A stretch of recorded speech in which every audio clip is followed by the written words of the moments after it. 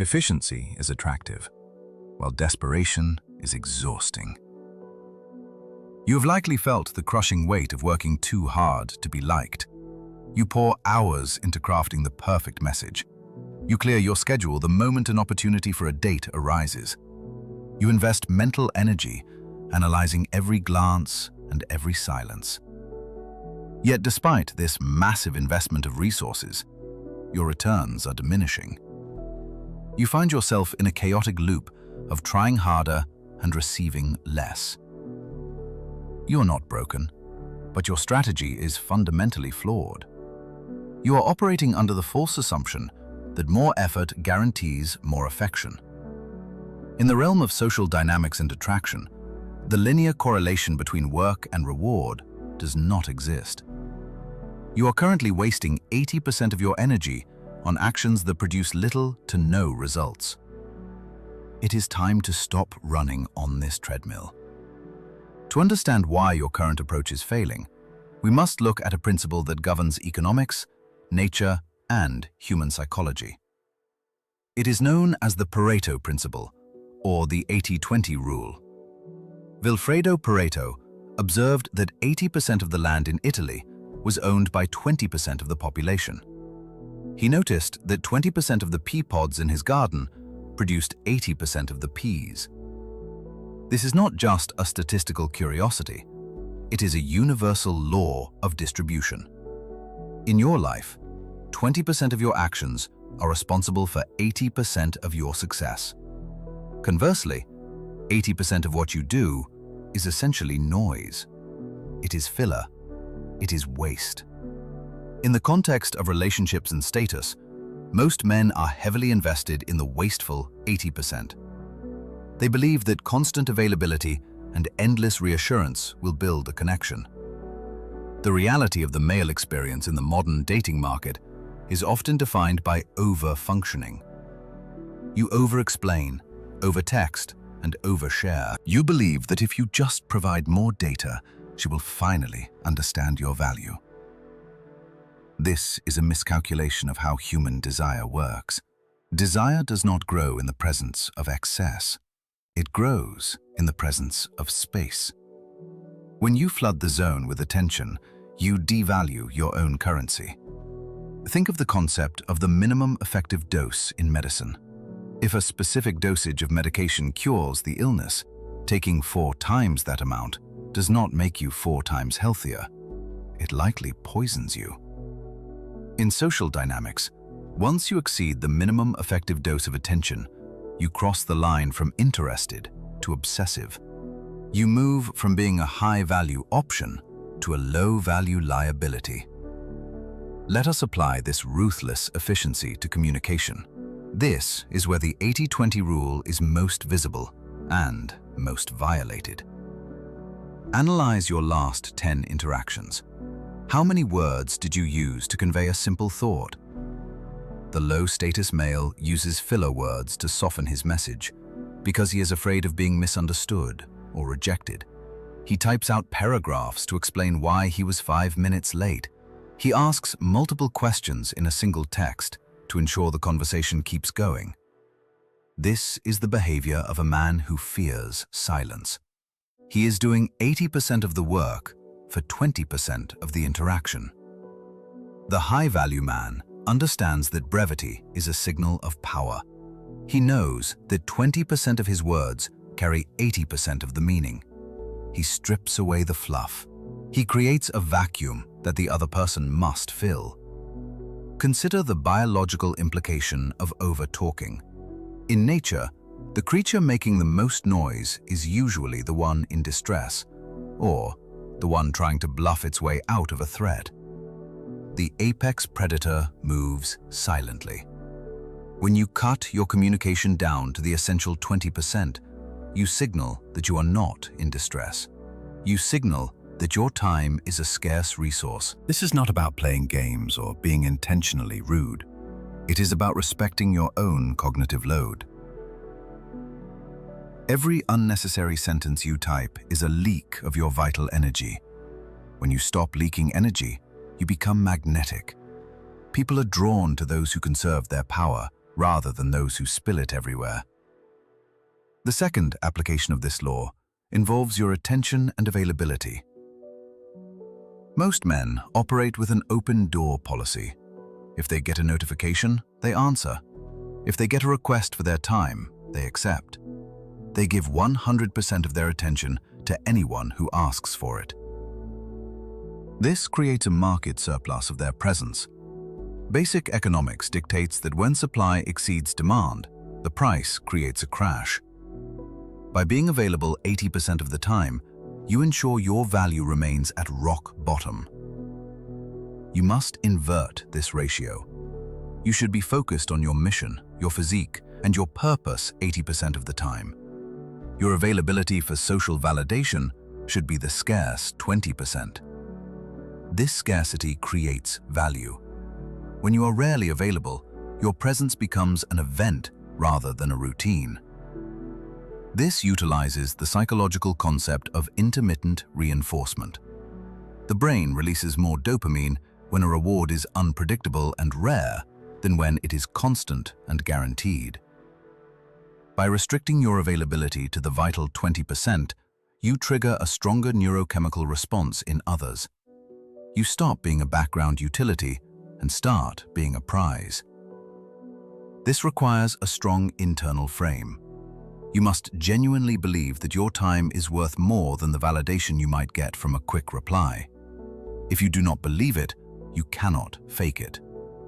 We must also examine the 80-20 rule applied to your emotional investment. Many men waste the vast majority of their emotional reserves worrying about things they cannot control. You stress over what she is thinking. You analyze the hidden meaning behind a vague comment. You worry about competition. This is the trivial 80%. It creates anxiety and kills your confidence. The vital 20% that actually matters is your own behavior and your own state of mind. You can control how you present yourself. You can control your physical fitness. You can control your financial trajectory. You cannot control the chaotic emotions of another person. When you shift your focus entirely to the 20% you control, your anxiety evaporates. You become grounded. Let us look at the practical implementation of this philosophy. We call this the Text Audit. It is a simple practice with profound effects. Before you send any digital communication, look at the draft. Ask yourself if you can remove half the words without losing the core information. If you have written 3 sentences, can you say it in 1? If you have written a paragraph, can you say it in a phrase? Most of the time, the answer is yes. The words you remove are usually words of hesitation or justification. Delete them. Send only the signal, not the noise. You will feel a spike of fear when you do this. That fear is your dependency leaving the body. You are terrified that without the extra fluff, you will not be liked. Face that fear. Send the short message. Observe the result. You will likely find that the response is faster and more respectful. Another practice is the redistribution of capital. You have a finite amount of daily energy. If you are spending 80% of it chasing relationships, you have nothing left for building the empire that would make you attractive in the first place. You must ruthlessly cut the time you spend on dating apps, swiping, and chatting. Take that recovered time and pour it into the vital 20% of your life foundation. This means the gym, your skill acquisition, and your revenue streams. A man who has mastered his body and his business is infinitely more attractive than a man who has mastered the art of sending good morning texts. The former is the signal, the latter is the noise. There is a pervasive myth that you must be a nice guy to succeed. Society tells you that the more you give, the more you will receive. This is the transactional fallacy. You think that if you deposit attention coins, you will withdraw affection. Real attraction is not transactional. It is emotional and biological. The nice guy who is doing the 80% of the work is viewed as a burden. He is exhausting to be around because he requires constant management. He needs to be reassured that he is doing a good job. Contrast this with the man who operates on the 20%. He is low maintenance. He is self-assured. He does not need to be managed. He brings clarity and direction, not confusion and obligation. Imagine two scenarios. In the first, a man sends a double text asking if everything is okay because he hasn't heard back in 2 hours. He offers to change the plans to suit her schedule. He apologizes for being busy earlier. He is projecting insecurity. He is working hard, but his value is plummeting. In the second scenario, a man sends a single location and time for a meeting. He does not check his phone for the next 4 hours because he is deep in focused work. He arrives on time, fully present, and unburdened by the need for approval. He says less, but his presence fills the room. He has done 20% of the effort of the first man, but he has generated 5 times the respect. This is the leverage of the cold mind. You must understand that this is not about becoming cold-hearted. It is about becoming cool-headed. It is about resource management. You have a limited number of heartbeats and a limited amount of cognitive focus. To spend them on the trivial many is a disrespect to your potential. When you strip away the desperate need to fill every silence, you create room for genuine connection. You allow the other person the space to wonder about you. Wonder is the seed of desire. If you are always explaining yourself, there is nothing left to wonder about. You have solved the mystery before the movie has even started. The shift to an 80-20 mindset requires you to tolerate a certain level of ambiguity. You must be comfortable with not knowing everything. You must be comfortable with walking away when the investment does not yield a return. This is the ultimate efficiency. If a situation requires you to invest 80% of the effort to keep it alive, it is a dead investment. Cut your losses. The high-value man identifies these bad deals early. He does not try to negotiate with reality.